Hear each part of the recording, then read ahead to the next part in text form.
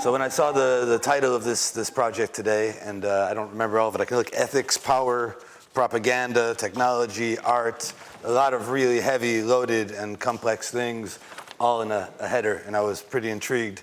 And I asked Lucas, but what are you expecting from me? And he said, well, you run a gallery and you sell things that look pretty impossible to sell, so maybe you can just talk about that. So I will run through some of those things. They definitely are not dealing with emerging technologies or digital technologies, more art and ICT in the sense that art is information somebody wants to communicate and uses technology to facilitate that coming into being and that communication.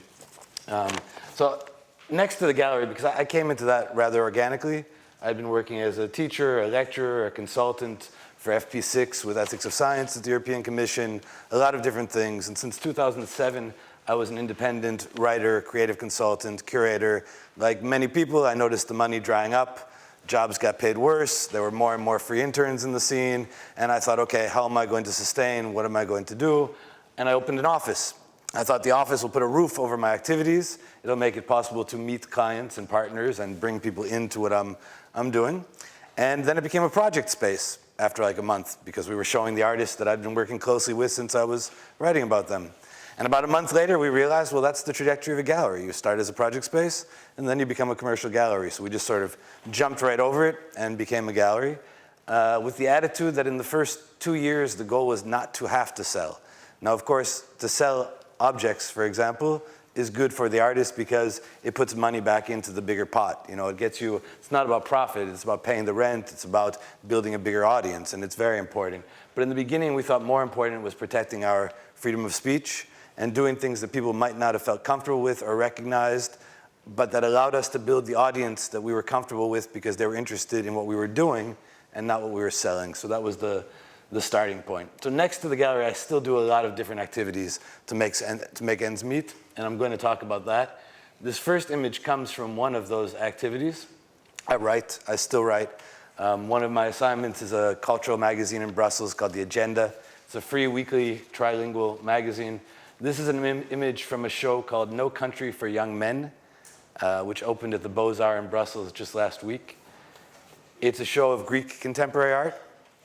Right now is the Greek or the Hellenic presidency of the European Council. So I don't know if you know, but every 6 months there's a new president of the European Council. And with the presidency comes a lot of government subsidized funding for cultural events. And generally these are cheerleading shows, you know, because you can't be critical, right? You're showing the cultural heritage of a country, the contribution of a country, and what's great.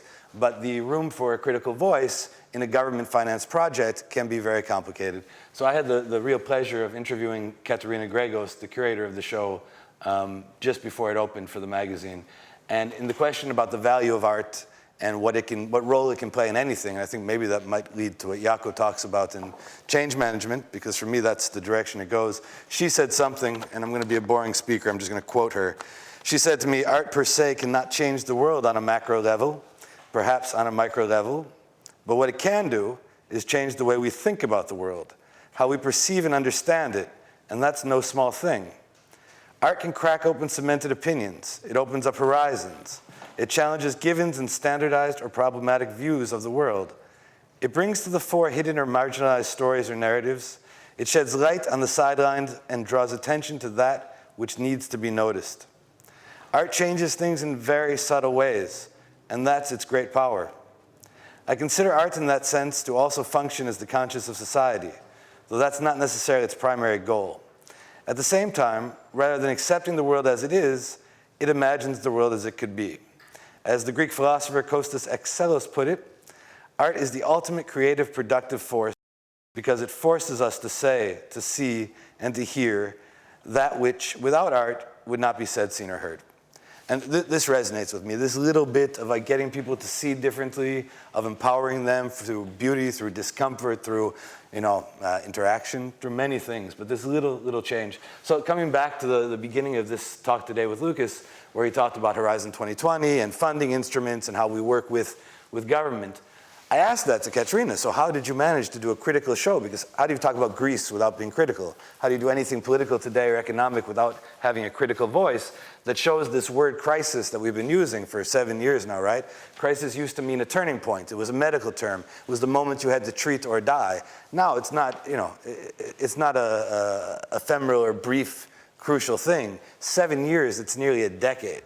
And it's not a crisis, it's a multitude of crises. And the one we don't often hear about is the humanitarian crisis that's going on underneath all of it. So I asked her, how can you talk about these things? How can you work with artists who are dealing with this and be paid by the state? And she told me, good question, you can't.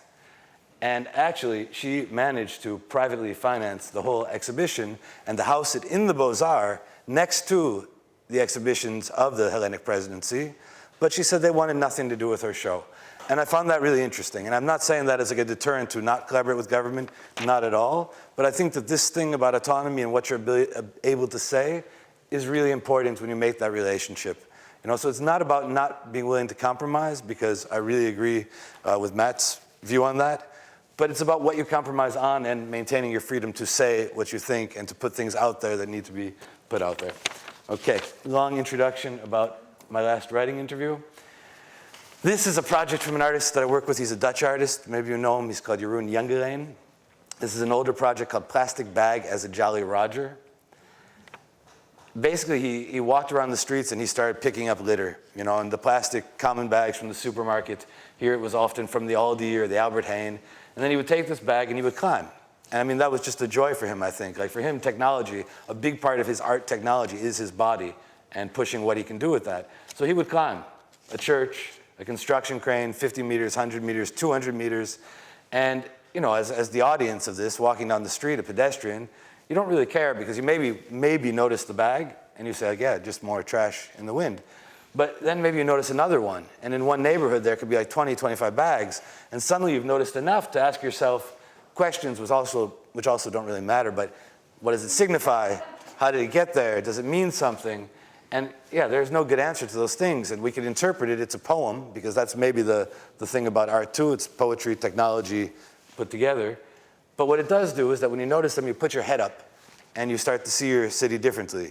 And you start to become aware of a spot on the street or a context or a view that you might have passed every day and not seen. And that's what I find particularly beautiful. So after we can interpret, we can be critical and talk about the trash and the martyr and many things about this project. But for me, what I love is simply that, like, he makes you see differently the city that you live in. And I think that's very, very valuable. Then, how do you sell that project? A guy who walks around picking up plastic bags and climbing.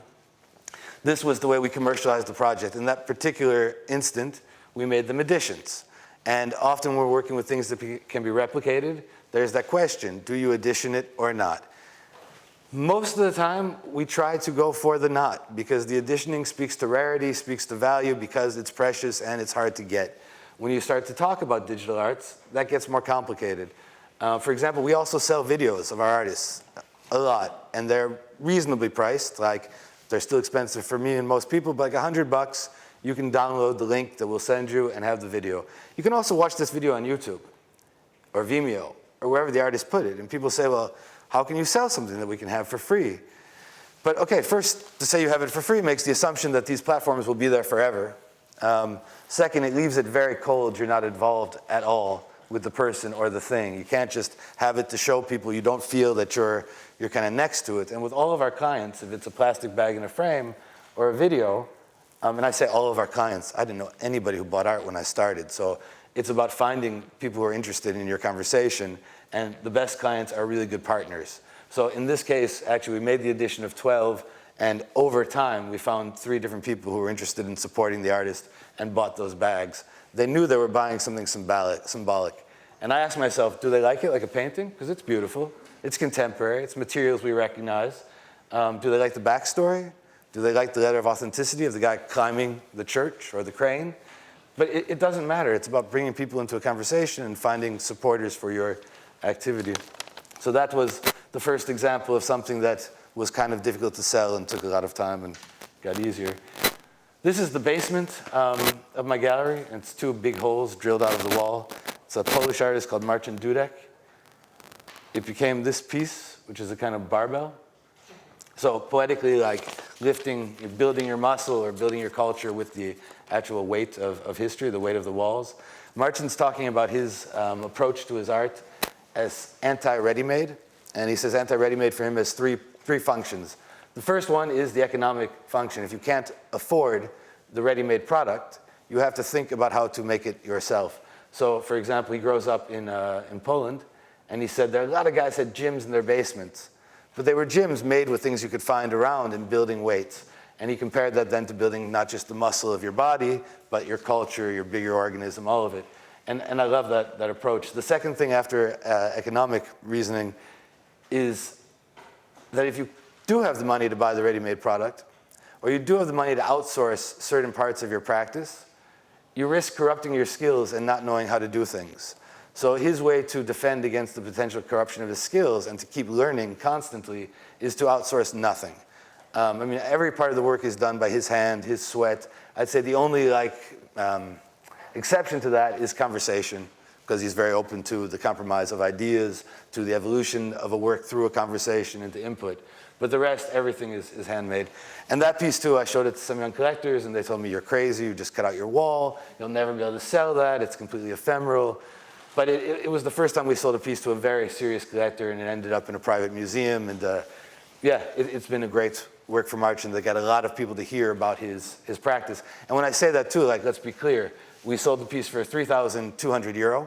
We share that. After that is independence in Belgium. We both pay over 50% to the tax, plus our charges every 3 months, so like 60% in total. So when we talk about selling an artwork for over €3,000, which is a lot of money, it's not a lot of money in the pocket of the artist or of myself. This, however, was a job that brought a little more money. Well, I have to go back. And that's a company in Brussels called Digital Europe, and they're the lobbyists for the tech industry and the European Commission and Parliament. And they invited us in to do art direction and decorate their offices. And they said, you know, we spend a lot of time in our office, and often with the curtains shut like this, but sometimes with them open, and people are here all the time. We're having meetings, like full 12-hour meetings, and it's gray. So we bought some plants. And after we bought some plants, we thought, like, well, what else can we do to give a little inspiration to our conversation, to our staff, to change the feeling of the place? So I went in, and the first conversation was really uninspiring. He told me he wanted pretty, shiny, decorative, nothing that could offend anybody, nothing that had a message or a comment.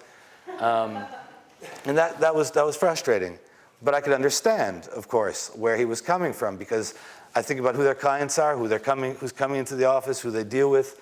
You know, it wasn't an offensive comment, it was a reality and a pragmatic reality on his side. And over the course of like 3 months of discussing, it was a slow job, they totally changed their perspective, you know? And they were lucky that I don't bill by the hour because I don't have that luxury, so this is part of the pitch. But they changed their perspective, you know? So this one was a big painting in their hallway that was commissioned for them that went with some of their themes. We don't see it so well here, but it's a lot about the clouds, and there are helicopters and NSA and people collecting data, etc. But then they bought an installation of this project. And this is from an American artist who lives in Rotterdam for a long time now, called Abner Price.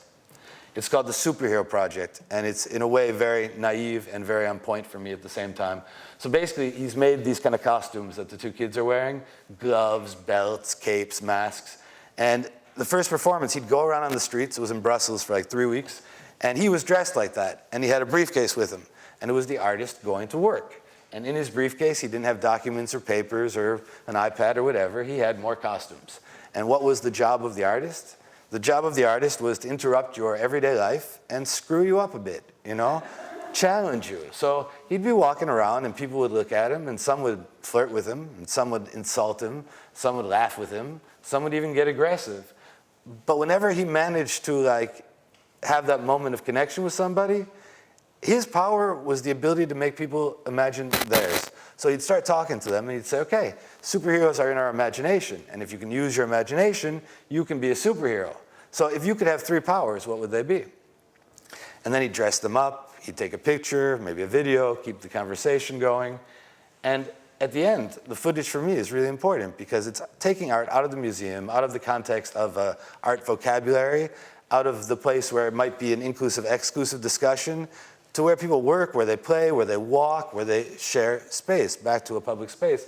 And then in asking them this simple question about what 3 powers, the answers are amazing because people tell you what they think is wrong with the world and what they think about their responsibility for that. Like in the States, the most common answer was invisibility as a superpower, right? And you'd have some common answers, and those are very interesting for somebody else to later read into what these things mean or their histories. But okay, back to the point about how you survive doing this. So you're a 40-year-old man, you're a performer, you're walking around on the street with your briefcase full of costumes, dressed like a superhero, and that's how you spend your days. Now, who the hell should pay for that? Should the government pay for that? I mean, you know, I know how silly it can be to people. I've got a lot of friends who don't quite get how I spend my time. So we financed the production of that project. It started in Brussels, and it was part of the Modo Brussels, the Fashion Week, so it was a really nice kind of contradiction. Then we were invited from a European-funded program to Istanbul for the Istanbul Design Biennale and a festival called Human Cities Festival. And it kind of continued like that. So people would invite him, usually from subsidized projects, so that part was important. And he'd get the production fees out of that. He'd get the ability to go and perform. He would never be paid for his performance.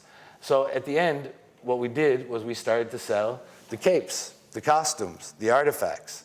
There's a video, which you can buy for 100 euros, an edition of 300. So let's see how that goes. You should buy it now, because after the first 100, the price will go up. And we also sell photographs and stories and other performances. So there's a kind of like, through the performance itself, a lot of commercial output came through him, and that's how we try to pay ourselves to do the next project and to keep going. This is something else again. You know, my belief in the gallery too is that I'm not a dealer. Like, that is coming over time, and I'm learning to be a dealer, let's say, because I'm starting to have bodies of work to look at and deal with. But in the beginning, it was more about playing a role in my community. And I don't like the pressure that a lot of commercial galleries have to join the fair circuit. I don't know if you pay any attention to that, but there are art fairs, there are like trade shows, and commercial galleries make their money now by bouncing around the world to them. They're huge cost, huge risk, and you have a condensed, very good audience to meet.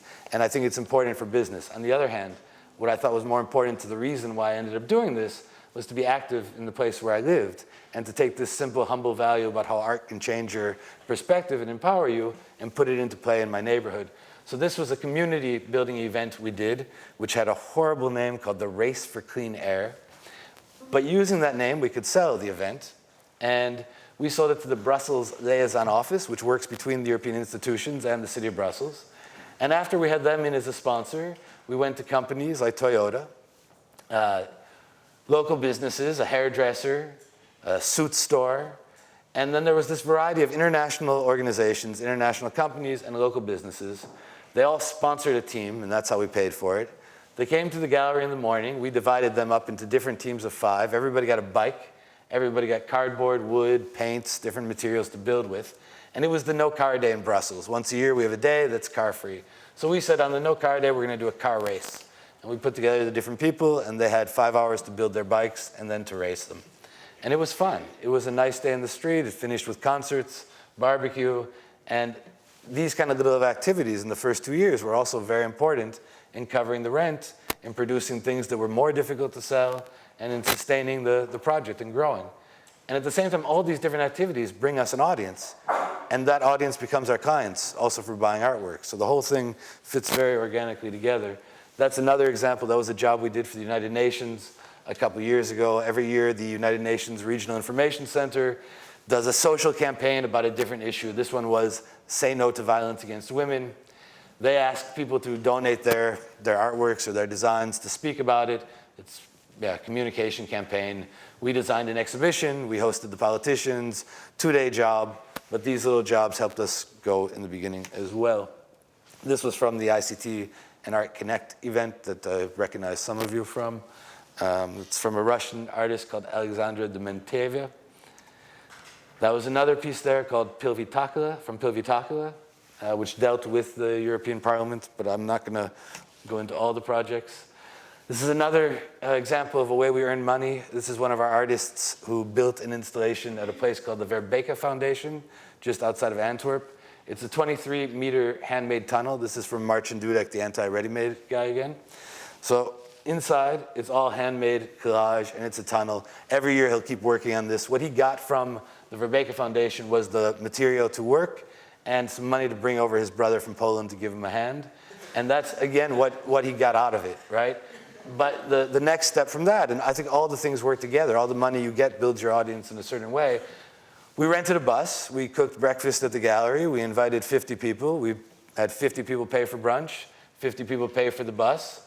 We had a beautiful day out, we made some money, he had 50 new fans, and from there he sold 10 little works. And so the whole thing kind of builds like that. So the idea never starts with like, how do I make money? It's how do I realize the dream? And afterwards, how do I keep going to realize the next one, and how do I do it better? And that takes resource all the time. So those last three, the UN, the Me Bike, and this kind of field trip to one of the installations are just ways that we survive besides selling difficult to sell artworks. Now I'm going to come back to the other job, writing, because this was another contradiction that I had. So I talked about Katerina and the contradiction of funding and autonomy and all of that. This was another thing about culturally supported, like institutional funding that surprised me. So these are sculptures. They're from an American sculptor called Dwayne Hanson. Dwayne Hanson died in 1996. There's currently a retrospective at the museum in Ixelles, which is one of the 19 communes in Brussels. He made hyper-realistic, life-size sculptures. So the casting at that time, technically speaking, was also kind of advanced. It's fiberglass, painted with oil. They are really impressive when you're around them. Dwayne Hanson started in the 60s doing very political work, abortion scenes, race riots, the kind of darker underbelly of social injustice in America. He was popular in Europe, he went to Documenta. And then there was no more place for this in the American critical lexicon, let's say, because everybody was talking about psychoanalysis and abstract expressionism and my feelings. And this sort of political work and hyperrealist work had no place.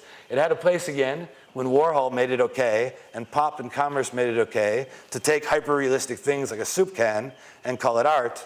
Hanson got famous again. As he started to get famous again, how did he spend the 30 years in between? It was no longer like loaded topics. It was the suburbs.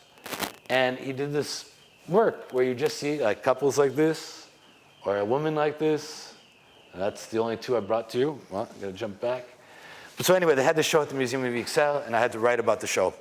And I had to write about the show before it opened because the magazine is also state-sponsored. So they had a deal with the museum who was state-sponsored, and they wanted to have the article before the show came out to tease about it. But there was no curator because it's an institutionally financed show from over a decade ago. And you can't speak to the artist, and you can't see the work. So how do you want to write about the show without just copying the press release? And like, this is something I'm very skeptical of, is like the vanity nature of projects coming out of institutions that aren't quite well enough brushed out somehow to be real. And in this case, I read the press text, and it amazed me because it talked about how Dwayne Hanson vilified American consumer culture, how he talked about the failures of the American dream. And I think it's because there's a lot of fat people in it. I think this was like a European like prejudice. I'm not sure, but like I try to understand it because they're hyper realistic, and there are people in the suburbs, and there's a doctor, and there's old couples, and there's students, and there's children, and there's cleaning ladies, and there's all kinds of people. And then I'm reading this text which calls them like desperate and lonely and far from success, and I'm thinking, I grew up around these people. Fuck you. How do you know? Where are these judgments coming from? Because they're not coming from the artist. Dwayne Hanson, I think, and now I'm doing the job that they did, but I'll do it on a different side. I went to museums seeing pharaohs and like inbred European aristocrats and things I could not care about as a kid. And he put the people in my neighborhood, the people on the streets, like the middle class people in the museum, he said, we are beautiful, we are awesome, we are interesting, and I want people to look at us and what we lived. And after, you can look. And you can make judgment, you know? You can read the story that he put in front of you. But to see this from the museum coming out like so judgmental and so negative, again, criticizing America, which I know is easy to do, fun to do, and a great European pastime. I've lived here a long time. I lived here through 3 periods. When I first came, I'd say I'm American. I'd say, oh, we love you, we love Americans. Really, like hugs and drinks and good times. And then we had those 8 years of George Bush. I'd meet the same guy, he'd want to fight me because he heard my accent. Then came Obama. People were like, ooh, you got the Obama card. Great, I love you again. There's a very strange relationship, right? Like America's something far away and very present. And I think a show like that is very interesting because it makes it even more present. Anyway, I lost the point a little bit. My idea in the beginning was about this, institutionally funded and irresponsible. And the voice of the artist is gone. The meaning of the work is perverted. And the reason that I get so hot about it, I guess, is because I maybe had 12 people who came to the gallery who hadn't read the article, who started quoting to me the press release. And when I asked them, like, why do you see these people like that? Where's the comment on American consumer culture? They had nothing to say. They just read the press release. They read how it's supposed to be. And I think that this is a danger. So when I'm listening to things about Horizon 2020 and how to, work with artists and why. Why? Because artists can change perspective, they can make you see problems differently, and they can empower. And I think there's absolutely a benefit to involving artists in problem-solving situations. Now, how to finance that and make sure it's not just nepotistic passing around, I know him, he's interesting, I know her, she's interesting. Oh wait, you don't work at an institute, you're gonna end up losing money in this project. There's a lot of complicated stuff about how the instrument works and who manages the instrument. Yeah, I'm gonna stop. And if you wanna ask me something, go ahead.